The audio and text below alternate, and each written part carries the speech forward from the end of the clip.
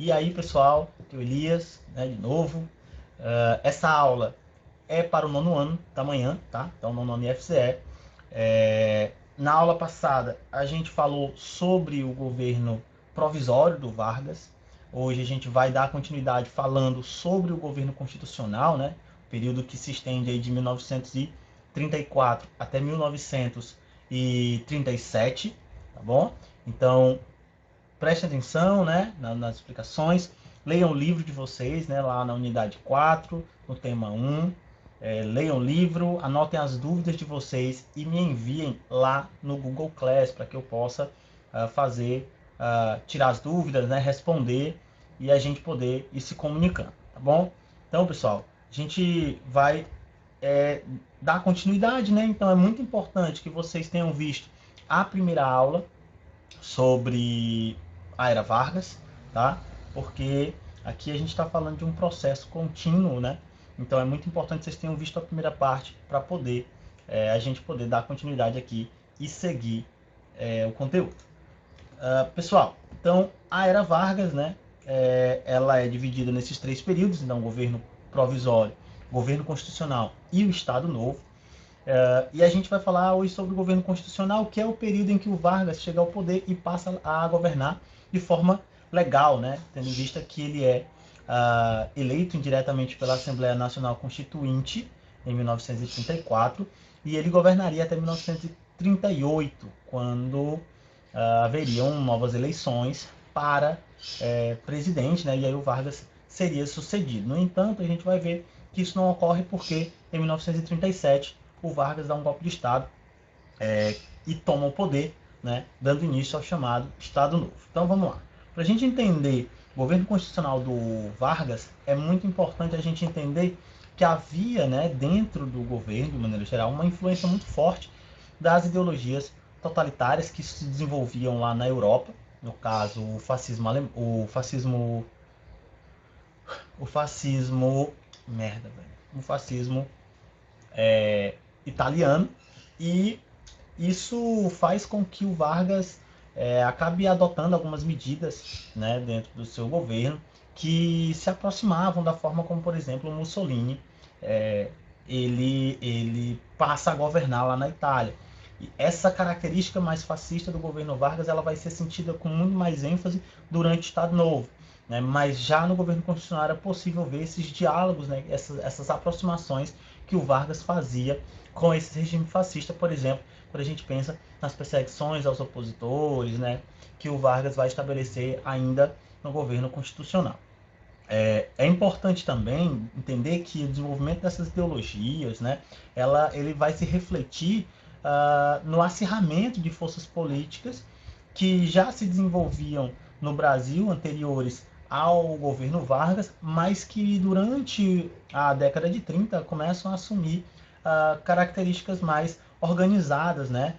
E aí aqui, durante a era Vargas, a gente tem assim duas grandes forças políticas fundamentais, que são a Ação Integralista Brasileira, né, a AIB, e a Aliança Nacional Libertadora, que era, vamos dizer assim, a oposição da ação integralista. Então, quer dizer, tinha duas forças antagônicas, uma influenciada pelo fascismo nazi, ou o fascismo italiano e tal, e a outra influenciada pelas ideologias, vamos dizer, de esquerda, né? Então, pelo comunismo, pelo socialismo, e isso faz com que essas forças antagônicas elas entrassem em muitos conflitos durante o governo Vargas, né? E é a atuação dessas forças que dão cara, de certa forma, também a esse período constitucional. Então, para a gente poder entender um pouco, é importante a gente conhecer essas ideologias. Primeiro, a Ação Integralista Brasileira, né? O nome aí, a Ação Integralista é referente aí principalmente, né, aos grupos fascistas que surgem, por exemplo, na Itália. Então, a ideia de integração, né, a ideia de unificação. Então, a Ação Integralista Brasileira era esse grupo, vamos dizer assim, de influência fascista, criado pelo Plínio Salgado. Né? O Plínio Salgado ele passa a encabeçar esse movimento e e essa entidade, né, vamos dizer assim, esse grupo, ele passa a atuar de forma cada vez mais efetiva, principalmente porque o governo Vargas, de certa forma, vai dialogar de forma bastante, vamos dizer assim, conciliatória com esse grupo, né? Então, quer dizer, a ação integralista não vai sofrer tantas perseguições, não, pelo menos não nesse primeiro momento, né? E ainda que mais à frente os integralistas passassem a sofrer alguma repressão. Mas o Plínio Salgado, ele dá cara, de certa forma, a esse movimento, né? Então, como eu falei, é um movimento inspirado no fascismo italiano, tá? Principalmente. Movimento anticomunista, claro.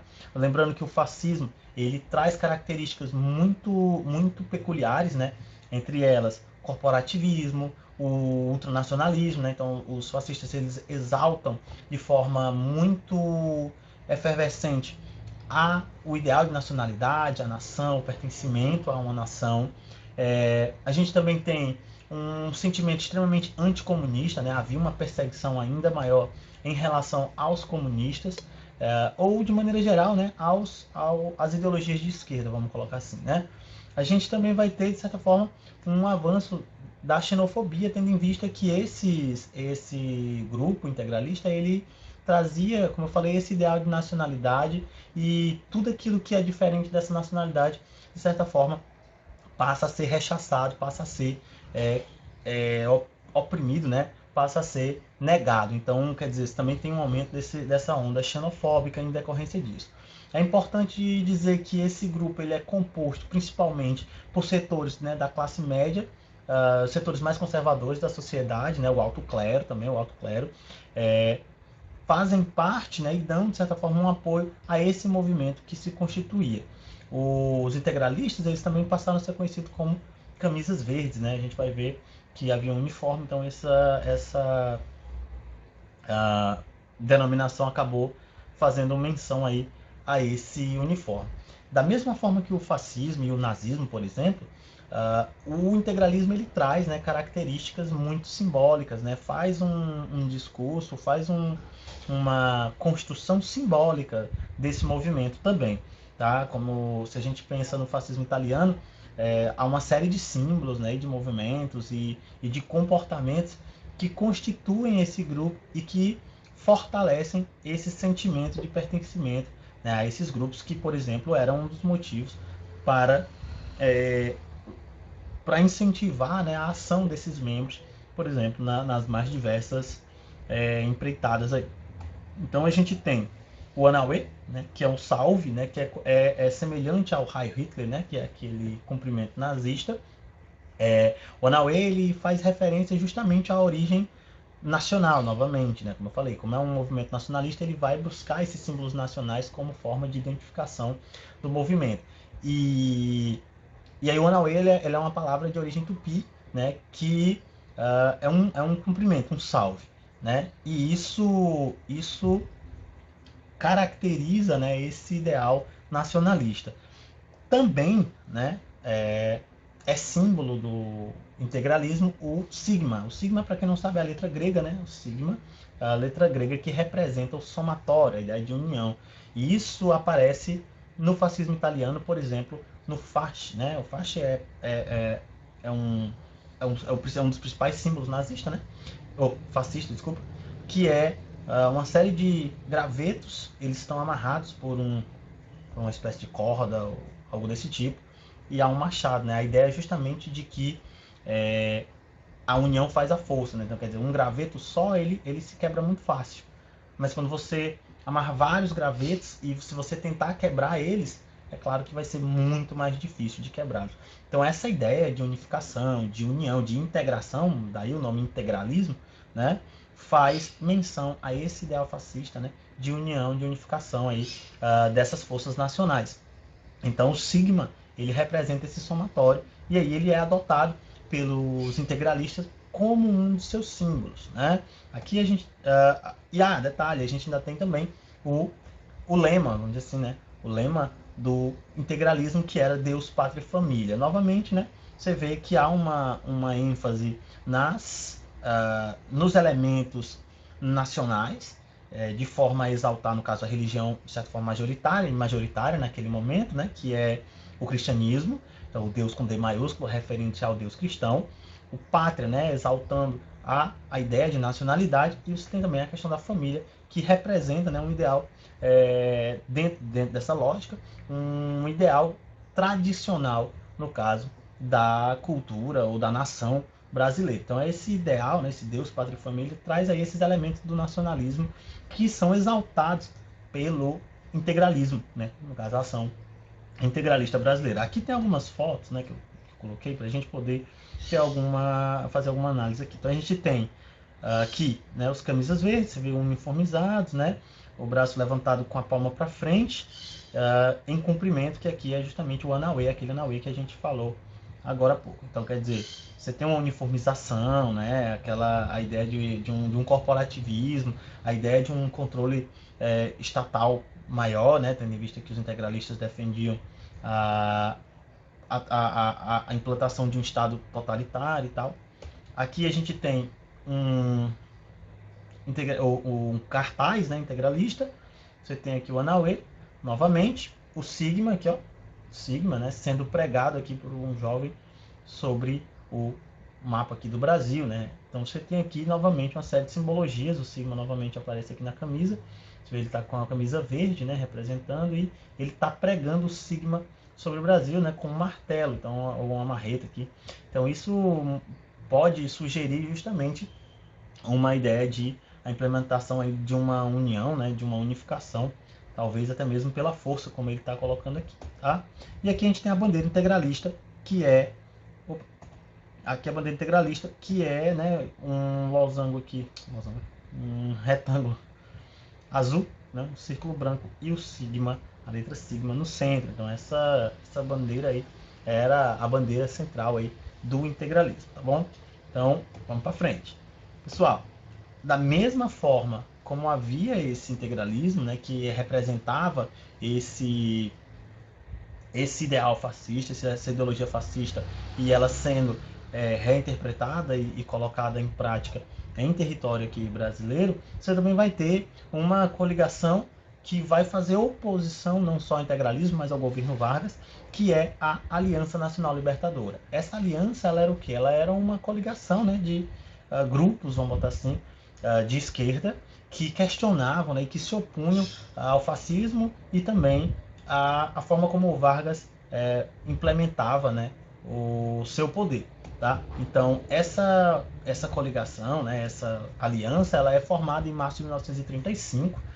O Luiz Carlos Prestes, que inclusive já havia participado de um movimento anterior, lá em 1927, mais ou menos, né, quando você tem a coluna Prestes, e ele acaba sendo exilado do Brasil, ele vai embora e tal, passa muito tempo fora, depois ele volta, e aí você vai ter o Prestes aí, de certa forma, ele assume, né, a liderança de honra dessa a aliança, né, e por ser um símbolo forte na política, acaba angariando muitos adeptos junto com ele. É importante destacar que o Prestes, né, ele tinha uma influência comunista muito forte, inclusive ele vai para a União Soviética, passa pela Alemanha e tal, e aí acaba voltando para o Brasil com uma série de influências de origem da ideologia comunista, e passa a, de certa forma, representar parte dessa ideologia naquele momento. Tá? Então, a Aliança Nacional Libertadora defende uma série de reformas, né, de mudanças, transformações, para garantir uma sociedade mais igualitária. Entre elas, você tem a defesa da reforma agrária, né? Então, a reforma agrária significava redistribuir as terras para combater a chamada concentração fundiária, né? Que é quando você tem uma pequena parcela da população detentora da maior parte da terra, que é uma característica, na verdade, da questão da terra, no caso do Brasil, ainda hoje, né? Então, o Brasil é um dos países que possui uma das maiores concentrações fundiárias do mundo, tendo em vista que uma pequena parcela da população detém a maior parte, né, das terras cultiváveis e tal, certo? Defendia também a suspensão da dívida externa, né, como uma forma de garantir uma maior quantidade de recursos para a implementação de políticas sociais. Você tem, ainda que seja um programa um tanto quanto mais radical, né, comparado ao programa do Vargas e de outros anteriores a ele. Era um programa que trazia a ideia de nacionalismo, né? Por exemplo, a nacionalização de empresas, né? de indústrias, era uma característica também da ANL.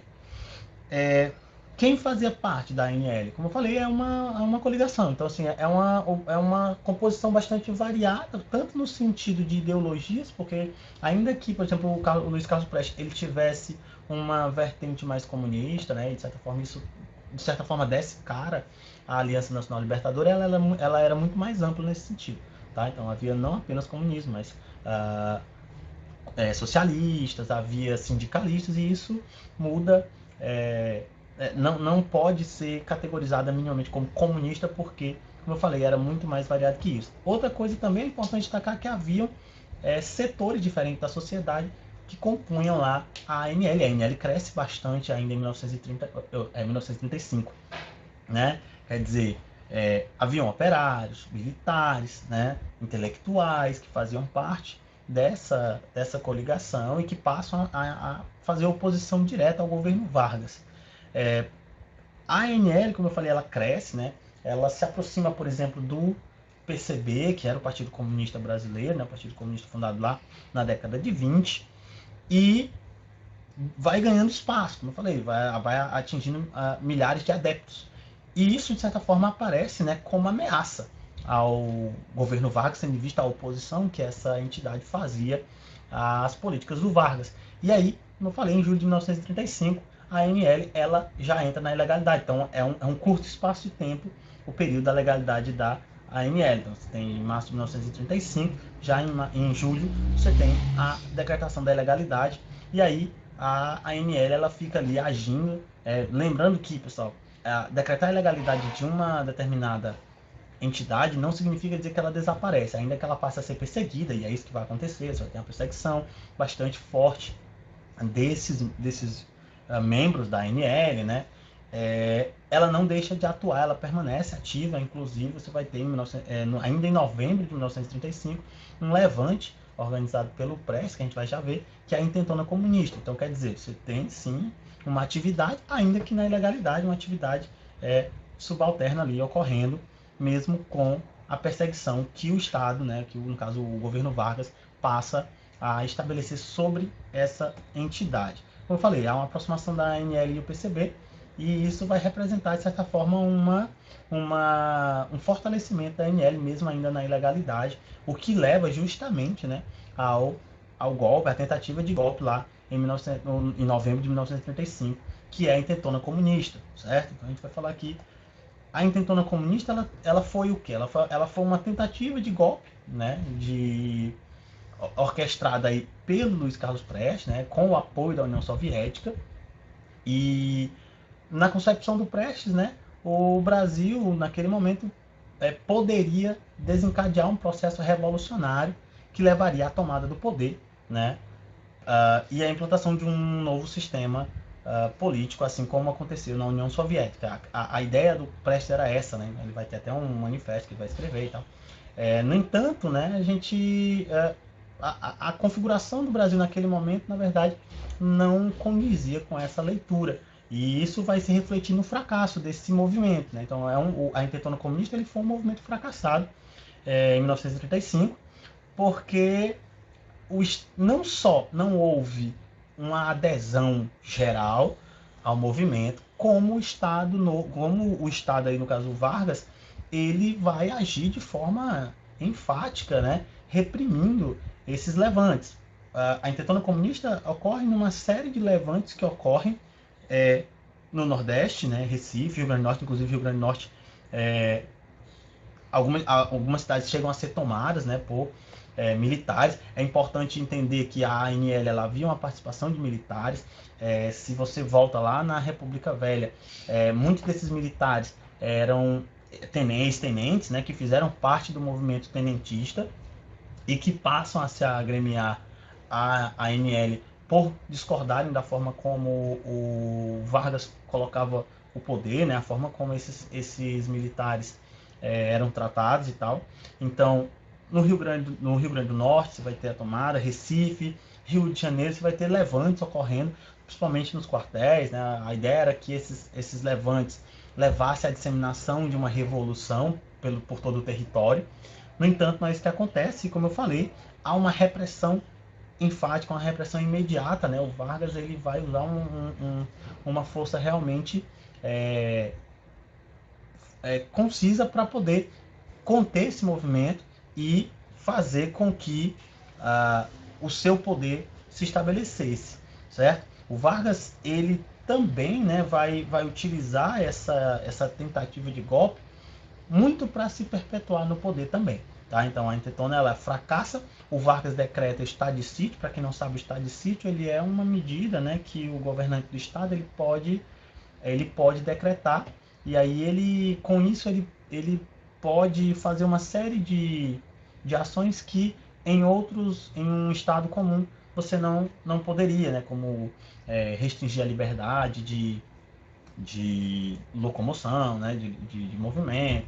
Você pode suspender direitos civis. Então, o estado de sítio é um estado aí, né, quase de guerra, né, de calamidade. Então, ele decreta esse estado de sítio e passa, como eu falei, a perseguir, né, a ANL e os membros também dos partidos comunistas e de outros partidos que se opunham ao Vargas. Até a criação do Tribunal da Segurança Nacional é uma forma de combater esse inimigo que passa a ser o comunismo. Então, esse inimigo comum ele era o comunismo e precisava ser combatido, né, com violência, né, com força.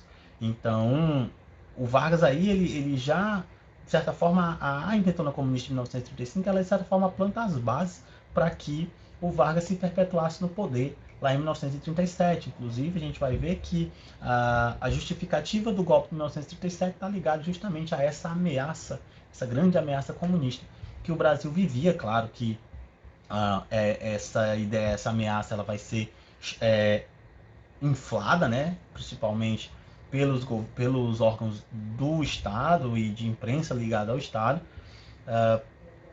e levam ao golpe de 1937. A gente vai ver como é que a coisa acontece de fato. Em 1935, então, a derrota da ANL, a Olga, né, o Luiz Carlos Prestes, ele é preso também. A Olga, ela também é presa. A Olga, inclusive, é enviada, né, para a Alemanha nazista, né? Ela acaba indo parar nos campos de concentração, onde ela acaba morrendo, né? Então, quer dizer, você vai ter uma repressão bem imediata, né, e uma punição bastante rigorosa quanto a esses membros.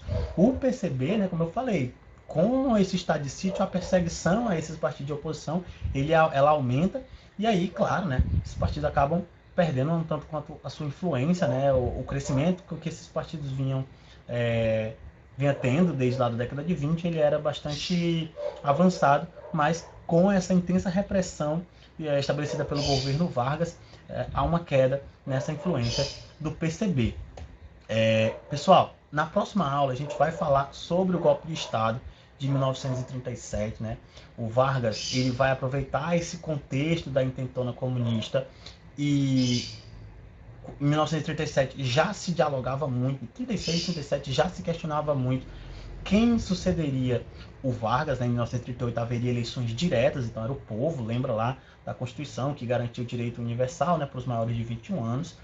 E, no entanto, o Vargas, né, pressionava, de certa forma, o Congresso, né, para manter o seu governo, principalmente pelo estado de calamidade, aí, que era o estado de sítio, colocado pelo Vargas após a intentona comunista. Então, a intentona, ela cria, de certa forma, as bases sobre as quais o Vargas vai estabelecer o golpe de 1937, né? Utilizando aí esse medo, essa ameaça comunista como elemento para garantir o fechamento do Congresso, o estabelecimento de uma nova Constituição que dava mais poderes a ele, ok? Então, pessoal, estudem, né? Leiam o livro, façam as anotações, me enviem lá as perguntas lá no Google Class para que eu possa responder, e não deixem de fazer os fichamentos, as atividades, né? Lembra que as atividades elas valem nota, atividades do livro valem nota de trabalho, e as atividades dos TDs valem nota bimestral. Então não deixem de fazer, porque é a forma que a gente tem para seguir, ok? Então, estudem, muito obrigado por assistir e até a próxima.